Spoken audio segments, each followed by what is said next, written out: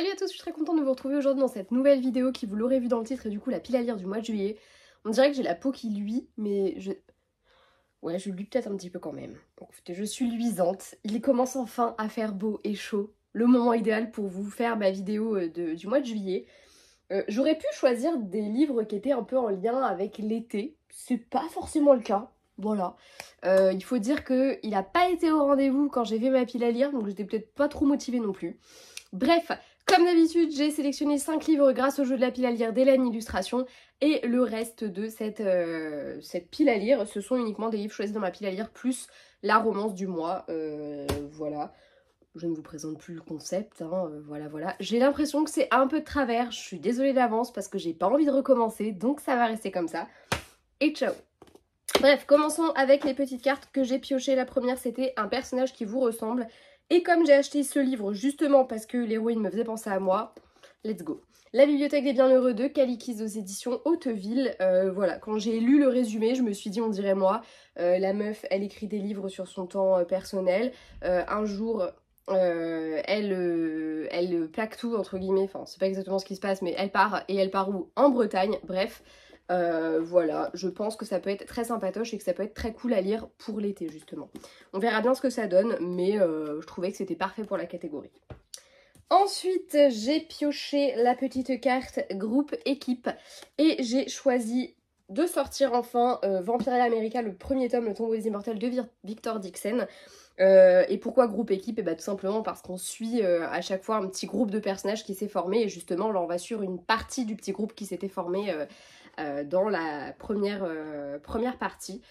Donc j'ai assez hâte de découvrir ça, j'espère que ça va me plaire, mais bon il n'y a pas de raison, c'est Victor Dixon, donc voilà, j'ai envie de dire, ça devrait le faire.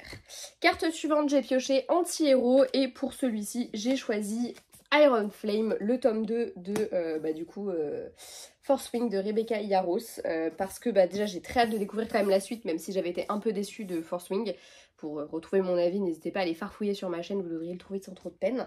Voilà, je suis quand même malgré tout très intriguée par cette suite. Et pourquoi anti-héros? Parce que pour moi Violette c'est l'archétype de cette anti-héroïne. Elle a rien d'une héroïne et pourtant elle va nous surprendre, ainsi que tous les autre personnages je pense. Donc bref, j'ai hâte de savoir ce qu'il en est. J'espère être un peu moins déçue et peut-être que ça fera un petit peu remonter ça va se casser la gueule ces conneries.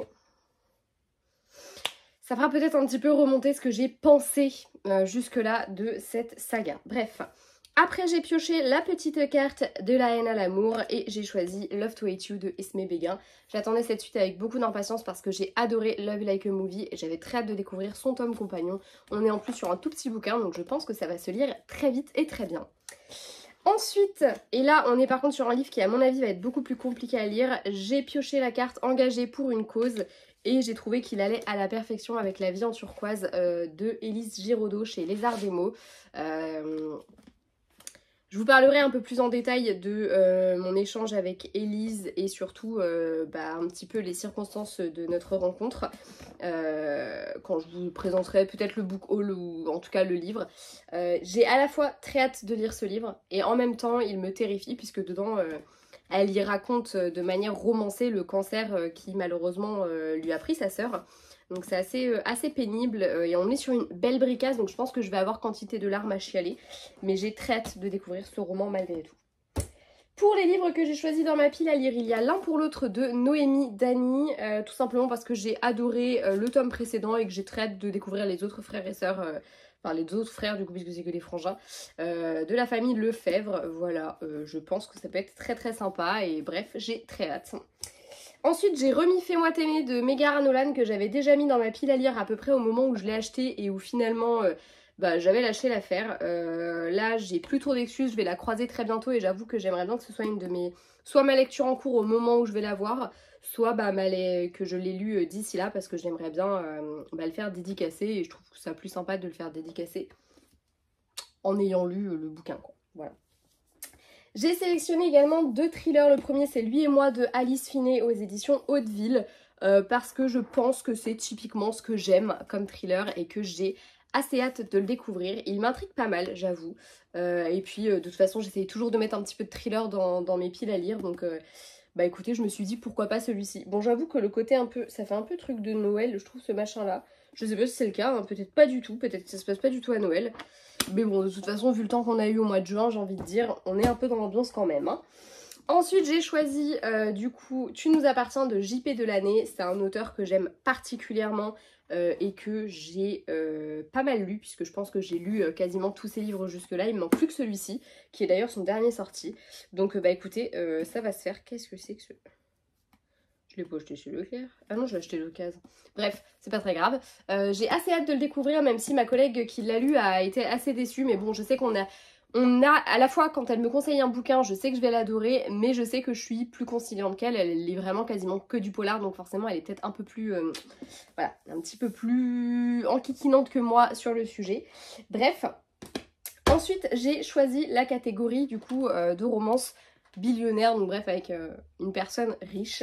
Et je ne sais pas s'il rentre vraiment dedans, mais je pense, hein, on a l'air d'être dans un monde assez riche. J'ai choisi le tome 1 de Sin Series Last Resort de K. Bromberg aux éditions Hugo. Voilà, je me dis que c'était l'occasion. En plus de ça, je trouve que la couverture sonne assez estivale. On est a priori sur une histoire de chaîne d'hôtels et tout ça. Je pense qu'on est aussi, et j'aurais pu le caler pour cette thématique-là, dans une romance au travail. Mais oui, on a bien héritier multimillionnaire, donc je me suis dit, j'ai pas énormément de livres avec des gens hyper friqués, ou en tout cas, c'est pas la thématique. Là, ça a l'air d'être quand même un minimum la thématique, donc je me dis, why not. On verra bien. Après, K. Bromberg, je crois que le seul livre que j'ai lu d'elle, j'ai pas trop aimé, quoi. Je sais plus ce qu'elle a écrit, mais je suis pas sûre. Donc on verra bien. J'espère que la plume va un peu plus me plaire. Mais en tout cas, c'est dans la pile à lire. Et bah écoutez, j'ai été, mais waouh! Mais quelle gonzesse, elle va super vite. Bref, comme d'hab, j'espère que cette vidéo vous aura plu. N'hésitez pas à me dire si certaines de ces lectures font partie de votre pile à lire et que vous souhaitez qu'on les fasse ensemble en lecture commune. Et puis de toute façon, je reste à votre disposition. Sachez que je prends quelques libertés sur mes piles à lire en ce moment. Là par exemple, je ne compte pas lire les 2-3 derniers bouquins qu'il y a dans ma pile à lire et à la place, je me suis focus sur d'autres. Voilà, parce que j'avais pas forcément envie ou alors j'avais pas le livre sous la main au moment où. Et du coup, voilà. Donc, bah écoutez... Voilà, je fais un peu ce que j'ai envie, mais globalement j'arrive quand même à suivre pas mal mes piles à lire et à bien les écouler, donc je suis quand même contente. Voilà, c'est tout pour moi. Comme d'hab, j'espère que cette vidéo vous aura plu, je vous fais très gros bisous et je vous dis surtout à très bientôt pour une prochaine. Ciao!